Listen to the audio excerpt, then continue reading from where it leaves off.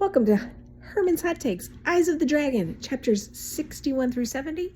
We are almost halfway through this novel, kids. Amazing. All right, plot-wise, it's pretty tight. So not a whole lot, but some interesting things happen. We find out what Peter's requests are. He wants his mom's dollhouse, and he wants a napkin, which also is a thing from his mom. So both requests center around his mother. He wants a napkin with every meal and his mom's dollhouse. And Pena agrees to the request. He's kind of mystified by them, but agrees to the request with the conditions that the royal crest has to be removed from every napkin, so unsewn off, and any sharp objects need to be taken out of the dollhouse. So fine. We meet the Stads, Ben, who's Peter's best friend, his dad, Andrew, his mom, and his baby sister.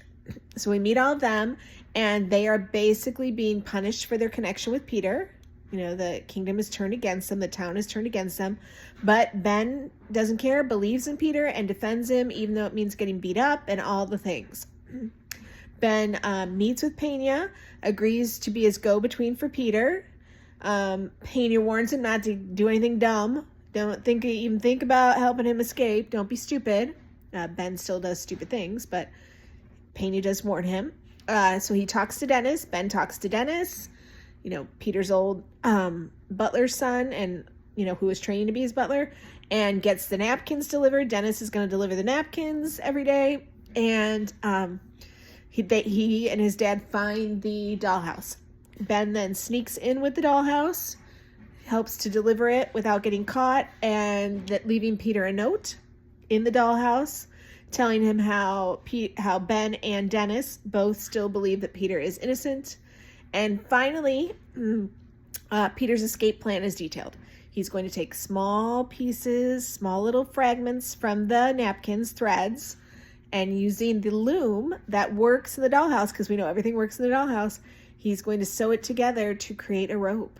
Now, we also know from one of Stephen King's, the author's, famous spoilers at the end of the chapters. We got one of his famous spoilers. This is going to take 5 years.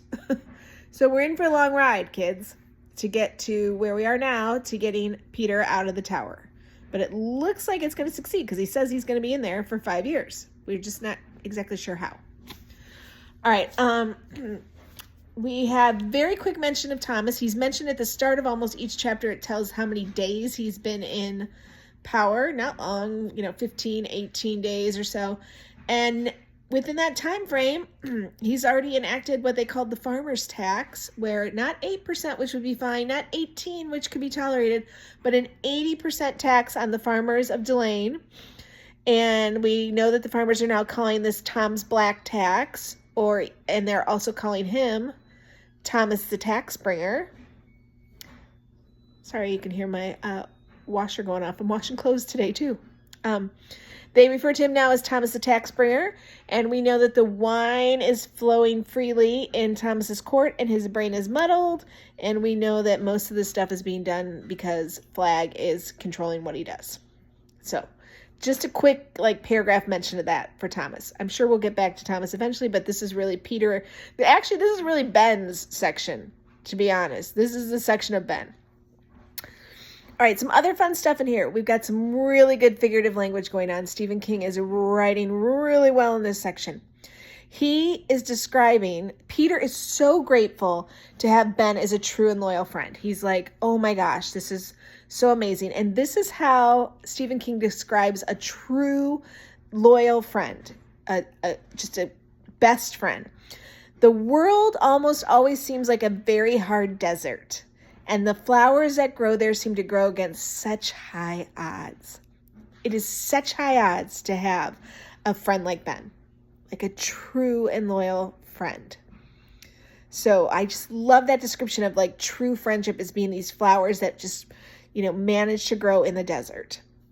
Like I said, this is Ben's section, man. This is the character. Ben, too good to be true. He is a fairy tale trope walking around. He may not be a prince, but he's the man. He is it.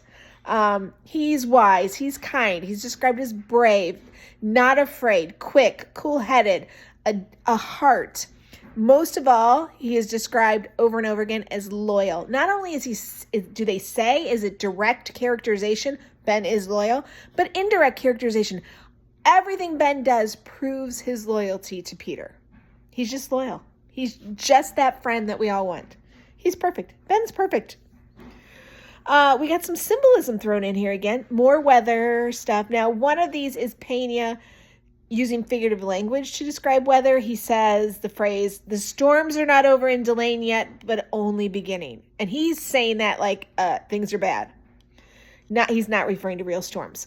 But it says right after he says that, he opened the door, snow swirled in, driven by a black gust of wind. Oh my gosh. That phrase, black gust of wind. Can you see it? I mean, wind doesn't have color. Wind's not black. But just this visual of this white snow being driven in by black wind. So something dark and sinister is going on in the kingdom. We've got black wind. Ben's eyesight is a symbol. Ben is the first dad in many generations. 1, to grow tall. 2, to keep his blonde hair and be cute. And 3, he has perfect eyesight. And the Stad men do not have good eyesight.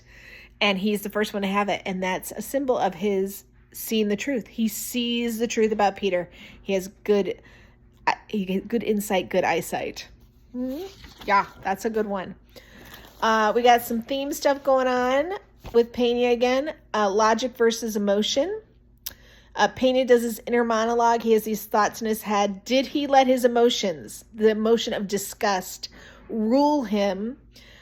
His disgust of Peter's tears, did that rule over his logic? He's very proud that he's a logical person. He's like, did I let my emotions rule over logic? He's a little nervous. He's kind of like thinking maybe he screwed up, but he doesn't want to admit it.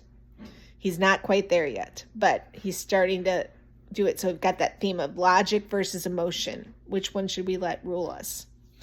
We, of course, got some fairy tale tropes because it's a fairy tale, right? Pena still feels hope. He says he has this feeling of hope. We've got the evil eventually is going to be conquered. We talked about that earlier. And Flag totally dismissing the dollhouse. And now look, the dollhouse is coming back to help Peter. We've got an allusion here. Allusion as an ALLUSIN, referring to another thing in here. When Stephen King writes that the seamstress, the lady who was taking the crest out of the napkins, he equated her to being a weird sister. And the weird sisters are a reference from Macbeth, the Shakespeare drama, because he says she's like a weird sister, like the weird sisters from another tale. That's how he refers to her. And Macbeth, the best of the Shakespearean dramas, which I know you guys probably haven't read it, but read it. It's so good. It blows Romeo and Juliet and Julius Caesar out of the water. It's so good. So good. All right. What else? Oh, I was left with a question, and I want to ask you this question. And when you see me in the hallways, I want you to answer me this question because I circled it, started. I'm like, what the heck? Pena makes the comment to Ben. He says, Peter has committed the second foulest murder a man may do. That's what he says about killing Roland. It's the second foulest murder a man may do. What's the first? What's the foulest murder a man may do? Isn't all murder pretty foul? What do you think Pena considers, or what do you consider the foulest murder a man may do? Because apparently killing your dad is the second foulest. Who knew? So let me know what you think the first foulest murder is. All right, there you have it. 61 through 70 in a nutshell. Bye.